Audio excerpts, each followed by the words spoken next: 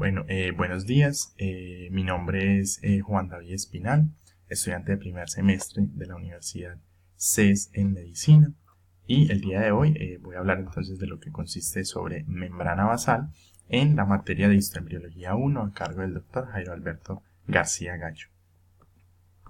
En primera instancia vamos a empezar con lo que se conoce como la caracterización de la membrana basal, es decir, cuáles son aquellos aspectos fundamentales de esa membrana basal que van a hacerla diferente de otras estructuras de nuestro organismo. Ahora, como primer aspecto vamos a tener en cuenta que esta membrana basal es básicamente una estructura que está conformada por una serie de proteínas. Las proteínas en su característica general son aquellas sustancias y compuestos, moléculas que van a ser polianiónicas en su mayoría. Polianiónicas me quiere, decir que son altamente negativas. Es por ende que al tener una gran carga, una gran cantidad de proteínas con carga negativa, pues entonces vamos a encontrar que la membrana basal va a tener una carga negativa, lo cual, por ley de cargas, va a evitar que sustancias con cargas negativas intenten pasar por esta estructura. Eso es lo que va a significar eso. En segunda instancia vamos a tener que la membrana basal pues va a cumplir la función de adherirse a en este caso las células del tejido epitelial se van a adherir a esta membrana basal a través de una serie de hemidesmosomas, como se comentó en las uniones celulares, y básicamente esta unión es lo que va a impedir que se despegue esa membrana basal. En el momento en el que se dañe esta unión de hemidesmosoma y la membrana basal sea débil, pues entonces pueden ocurrir dos cosas. Uno es que se despeguen estas células del tejido epitelial, y dos es que como haya ruptura de esa membrana basal, pues entonces va a haber infiltración de fluidos, infiltración de líquidos que puede desencadenar una serie de manifestaciones clínicas como lo puede ser un edema o una plictena. Otro aspecto que debemos tener en cuenta es que esa membrana basal es aquella, estructura que va a mantener el límite entre lo que yo conozco como el tejido, en este caso epitelial, y el tejido conectivo que se encuentra en la parte inferior de la imagen. Por ende, vamos a ver que al separar esto, va a estar en contacto por su cara, inferior, con un tejido conjuntivo que va a estar caracterizado por poseer unas fibras de colágeno, es decir, que va a haber una malla, un enmallado, una red de fibras, en este caso de colágeno, que van a ser características de ese tejido conectivo que va a estar, en constante relación con esa membrana basal de esa parte. Dentro de sus funciones, como se había mencionado gracias a la característica negativa, es evitar el desplazamiento de cargas negativas, y esto se ve más claramente en este caso, la absorción que se presenta, por ejemplo, en el riñón. El riñón, que debe filtrar una serie de sustancias, evitando que salgan unas y promoviendo, la salida de otras. Por ejemplo, el riñón debe evitar entonces la salida, en exceso de diferentes proteínas, la salida de sangre, y pues esto lo hace a través de sus membranas basales. En el momento en el que tengamos un cuadro clínico en el que se presente un paciente con hematuria o con proteinuria, es decir, sangre y proteínas en la orina, vamos a sospechar un, problema en la membrana basal, debido a que esta membrana basal está generando o está trabajando mal, está haciendo que se salgan esas proteínas que, como habíamos dicho, tienen una carga negativa, como bien lo puede ser la albúmina. Entonces va a haber una concentración disminuida de albúmina, en este caso en el torrente sanguíneo, es decir, que entonces en un hemograma encontraríamos disminuida esta concentración, que nos puede llevar a la interpretación, como se dijo anteriormente, de un daño en la membrana basal en este caso, del tejido presente en el riñón. Y pues básicamente ese transporte se viene dando desde el lumen, intentando, atravesar esa membrana basal, el lumen que vemos en estas partes de aquí. Luego de haber hablado de su estructura, luego de haber hablado de lo que nosotros conocemos como sus características y sus funciones, vamos a hablar de lo que es su estructura. La estructura entonces debemos clasificarla en tres zonas muy importantes. Vamos a tener primero lo que conocemos como la lámina lúcida, luego la lámina densa y por último una zona reticular.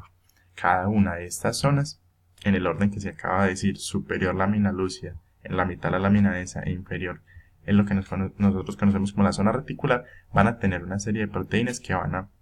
caracterizar esa zona en específico.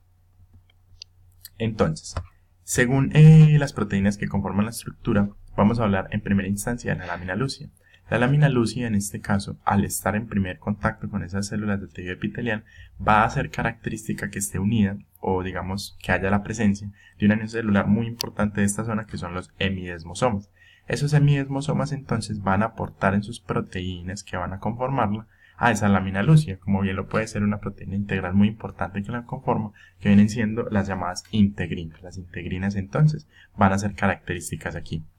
Luego de las integrinas vamos a hablar de que existen una serie de glicoproteínas que tienen la característica de adhesión, que van a ser muy importantes en esta lámina lúcida y que vamos a conocer como la entactina y las lamininas. Estos dos tipos de proteínas, como se dijo entonces, van a ayudar a la adhesión al ser glicoproteínas. En segunda instancia vamos a tener lo que conocemos como la placa densa.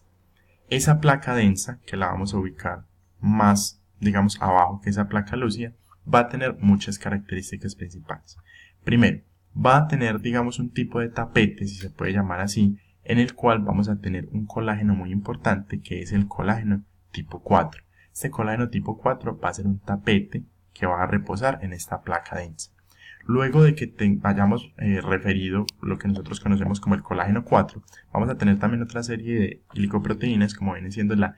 fibronectina, que la fibronectina va a ser, digamos, aquel mecanismo por el cual se van a facilitar las adhesiones, porque recordemos que las glicoproteínas son aquellas que se encargan, digamos, de este tipo de cuestiones. Y va a haber otros tipos de proteínas que vamos a conocer como los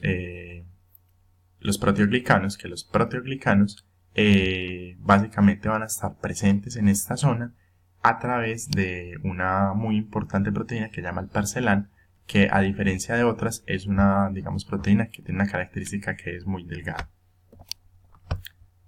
Por último vamos a tener entonces lo que es la placa subdensa o la zona reticular, que esa placa subdensa o zona, en este caso reticular, va a tener unas fibras de anclaje, que estas fibras de anclaje en la parte inferior van a estar hechas de un colágeno especial, que aquí vemos claramente que es de un colágeno tipo 7 y que más abajo va a estar unido a ciertos espacios o ciertas estructuras que conocemos como los cuerpos densos, que eso es lo que va a hacer que esa unión sea mucho más fuerte y que estas fibras de anclaje sean estables. Y estos cuerpos densos pues básicamente van a estar hechos de lo que nosotros conocemos como colágeno tipo 4. Ahora bien, como bien habíamos mencionado anteriormente, un problema, una enfermedad, un agravamiento, por ejemplo, del funcionamiento de lo que nosotros conocemos como la membrana basal, pues entonces va a tener una serie de repercusiones. Existe entonces la enfermedad que se llama enfermedad por membrana basal delgada, que como su nombre lo indica es una membrana basal que tiene carencia de proteínas, por eso es que pierde su grosor, es delgada, y al carecer de estas proteínas de adhesión, como habíamos mencionado anteriormente, pierde su carga negativa, pierde su capacidad de adhesión, se separa con facilidad. Entonces el flujo, por ejemplo en este corte histológico lo podemos ver, el flujo va a ser, digamos, de una forma más facilitado, porque digamos no va a tener esa capacidad natural. Aquí podemos ver básicamente en esta micrografía electrónica que una membrana, en este caso basal normal, va a tener digamos un grosor considerable, mientras que una membrana basal delgada, pues aquí se puede ver el contraste, va a ser aquella que tenga menos proteínas, entonces va a haber una disminución,